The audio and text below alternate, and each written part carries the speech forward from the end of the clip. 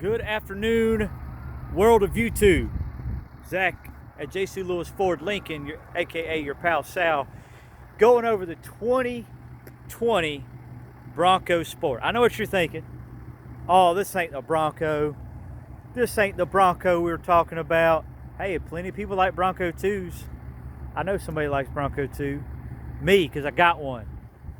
Anyway, I really want to go over this vehicle. I looked at it earlier, but I feel like I need to share because a lot of people I think are giving this vehicle a hard time, and it's really a great vehicle, to be honest. So let's take a look up underneath the hood. I got Scott here with me. He's going to open this hood for us. All right. Take a look at what's under here. So this is a 1.5 liter three-cylinder EcoBoost engine.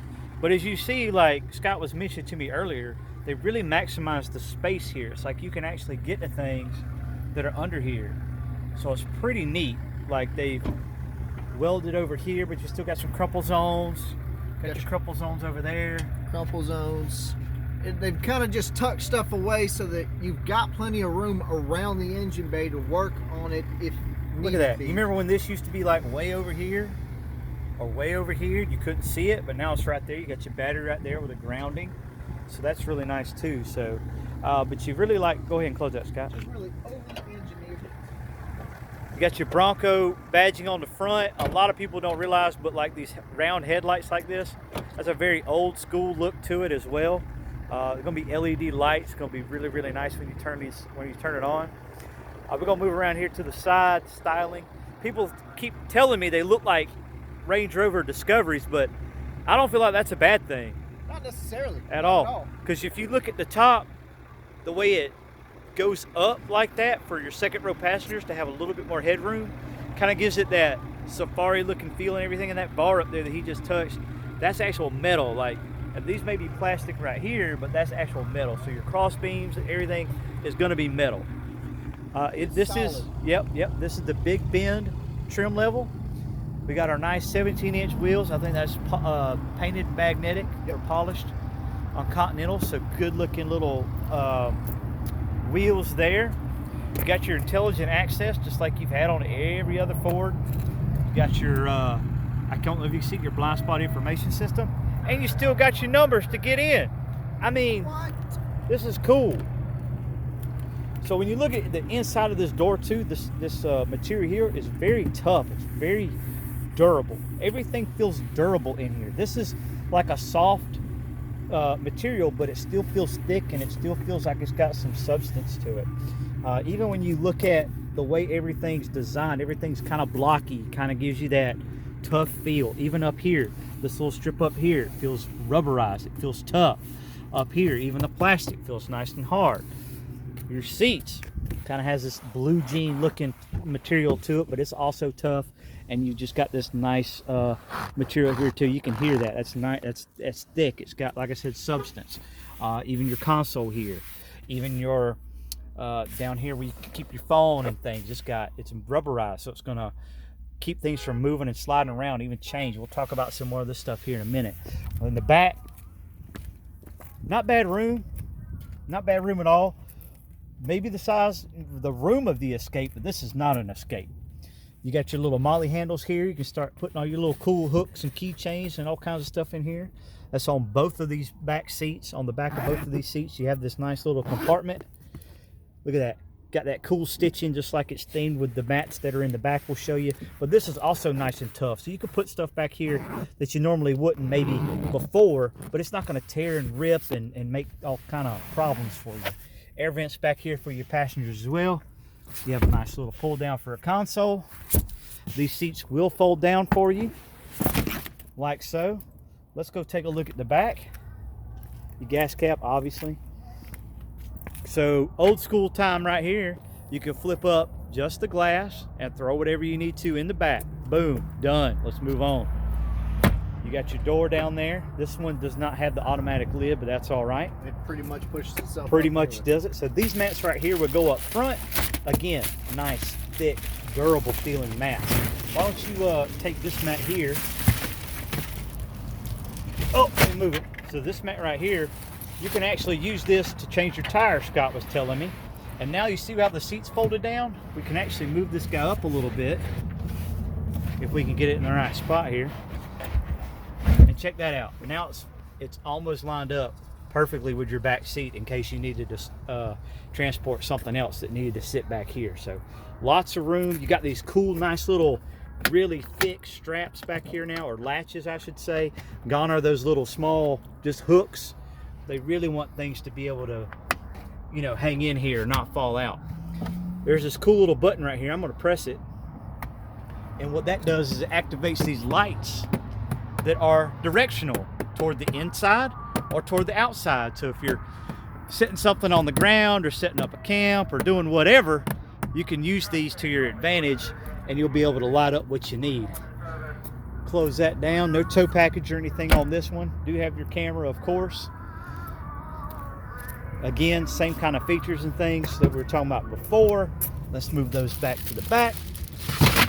But those are your Bronco Sport mats that would typically go up front. I'm gonna move that to the back as well.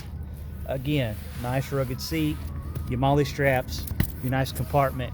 You got a USB and a Type-C charger down there. Yep, Scott's gonna throw that back up. It may get cut on the seat belt. Just a really good job. I mean, look at that. Solid. Everything's solid. Solid. Tough. And these being four-wheel drive, they kind of need to be, right? These are very capable vehicles. This is, like I said, people say, oh, it's an Escape. This is not an Escape, okay? Definitely not an Escape. Not even close. This thing would eat Escape's lunch and then go tell their parents that they did it, and the parents would shake their hand. So now we're gonna go take a look out the inside. Back up a little bit so you get the full, there you go. Look at that bad boy. Beautiful. We're gonna start her up.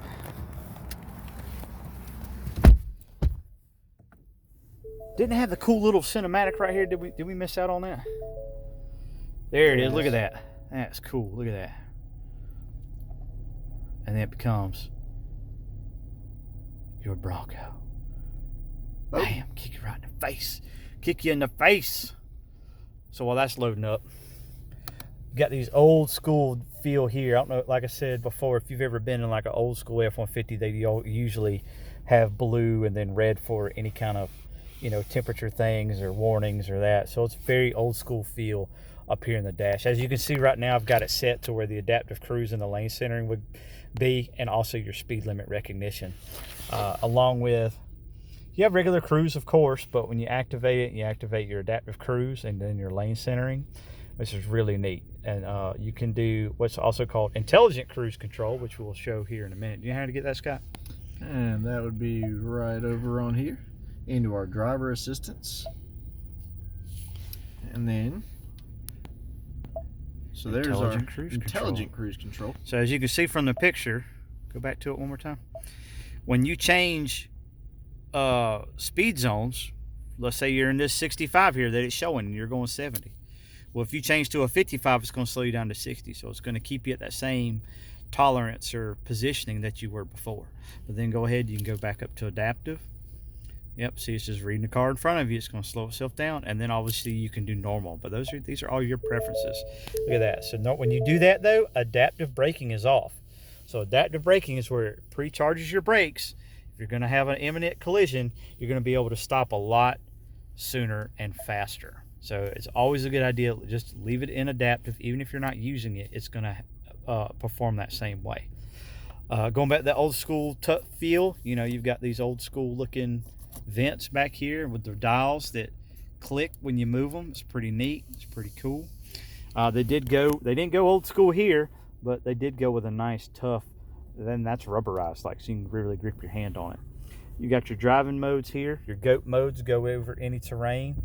So you've got normal with the Bronco, an eco mode, which what it does is it elongates the change in gears, so it actually saves you some fuel. You've got a sport mode, which is fun. It's going to be peppy and it's going to be very, very responsive. Slippery, so when it's raining, sleet, you know, I know we don't get much of that, but it's there for you too. And then you've got a sand mode for people that live out in the country on dirt roads and stuff like that. So you could put it in that mode and transmission is going to act differently for what you need it to do. So Again, like I said, these nice tough rubber mats in here, like you can kind of just put stuff in there and everything's not going to move around. So it's a really cool vehicle. It's really cool for what it is. People are trying to give it a hard time and call it an Escape, and it's not. It'll destroy an Escape. It's the 2020 Ford Bronco Sport. 21. It's the 21 Bronco Sport. I apologize. 2021 Bronco Sport. I'm stupid. Thanks for watching.